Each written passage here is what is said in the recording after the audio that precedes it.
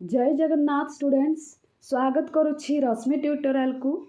तो मु आपण मानकु फेब्रुआरी मासरु कही आसुची जदि आपण माने 2025 रो सीपीईटी को टार्गेट रखी थांती ताहले एबे ठारू पढ़ा पढ़ी आरंभ करंतु। तो किए किए मानि थिबे किए किए भाबुथिबे कि नोटिफिकेशन तो आसी नाही काहे कि मु एबे ठारू पढ़िबी, किंतु आपण मानक भावना कौन थिबो एबे मु जानि नाही, किंतु आपण मानकर नोटिफिकेशन आसी जाइछि। एथर आगुआ पीजी नाम लेखा आपण माने केबे भाबी नथिबे मार्च रे आसीबो बोली, समस्ते भाबुथिबे एप्रिल रे आसीबो।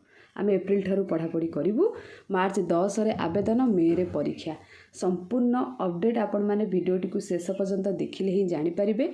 जदि भी आपण माने पढ़ा स्टार्ट करि नाहंती शीघ्र शीघ्र पढ़ा स्टार्ट करि दियंतु, काहे कि ना मार्च एप्रिल आपण मानक हाथ रे 2 मास।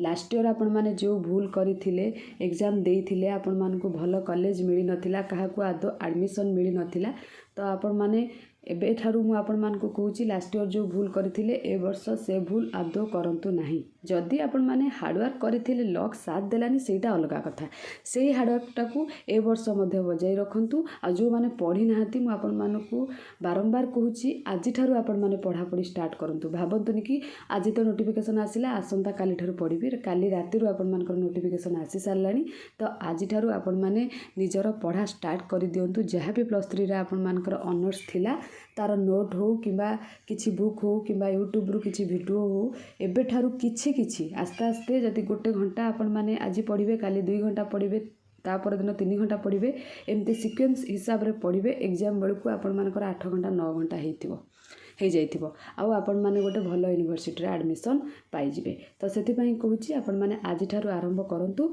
तो कोन रहिछि सीपीईटी रो माने अपडेट, केबे ठारू आरंभ हबो आवेदन, तो सब किछि वीडियो रे शीघ्र शीघ्र निज सांग मानक सहित शेयर कर दियंतु। आ कॉलेज रो ऑनर्स ग्रुप रे मध्ये आपण माने शेयर कर दियंतु। तो चलंतु कोन रहिछि अपडेट देखिबा। कहिछि 2025-26 शिक्षावर्ष निमंते स्नातकोत्तर पीजी पाठ्यक्रम रे नामलेखा प्रक्रिया शीघ्र आरंभ करने राज्य सरकार निष्पत्ति ग्रहण करिसेंती।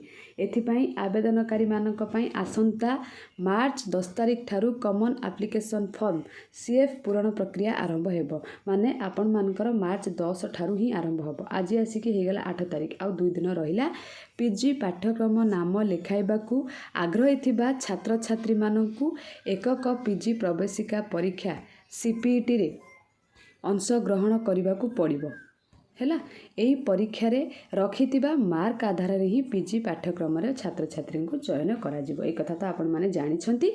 आउ आसंता मे प्रथम सप्ताह रे सीपीईटी अनुष्ठित हबो। मे रो फर्स्ट वीक रे आपण मानकर स्टार्ट हे जिवो एग्जाम। तापरे आपणकर कहार को दिन रहिबो सेटा तो मे मास जना पड़िबो। आ पीजी पाठ्यक्रम रे नाम लेखा पई सीपीईटी परीक्षा मार्क अनिवार्य मानदंड होइतिबारु छात्र छात्री को चयन प्रक्रिया संपूर्ण भावे मेधा आधारित होई परिबो।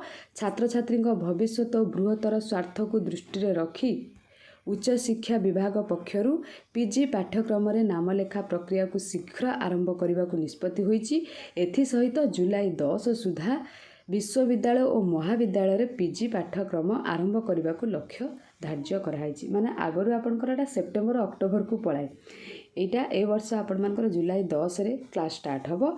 एहा द्वारा ठीक समय रे पाठ्यक्रम शेष होबा परीक्षा करा जाई फल घोषणा करा जाई पारिबो। फल रे ओडिशार लक्षाधिक छात्र छात्री उपकृत होई पारिबो बोली विभाग पक्षरु कुहा जाईछि।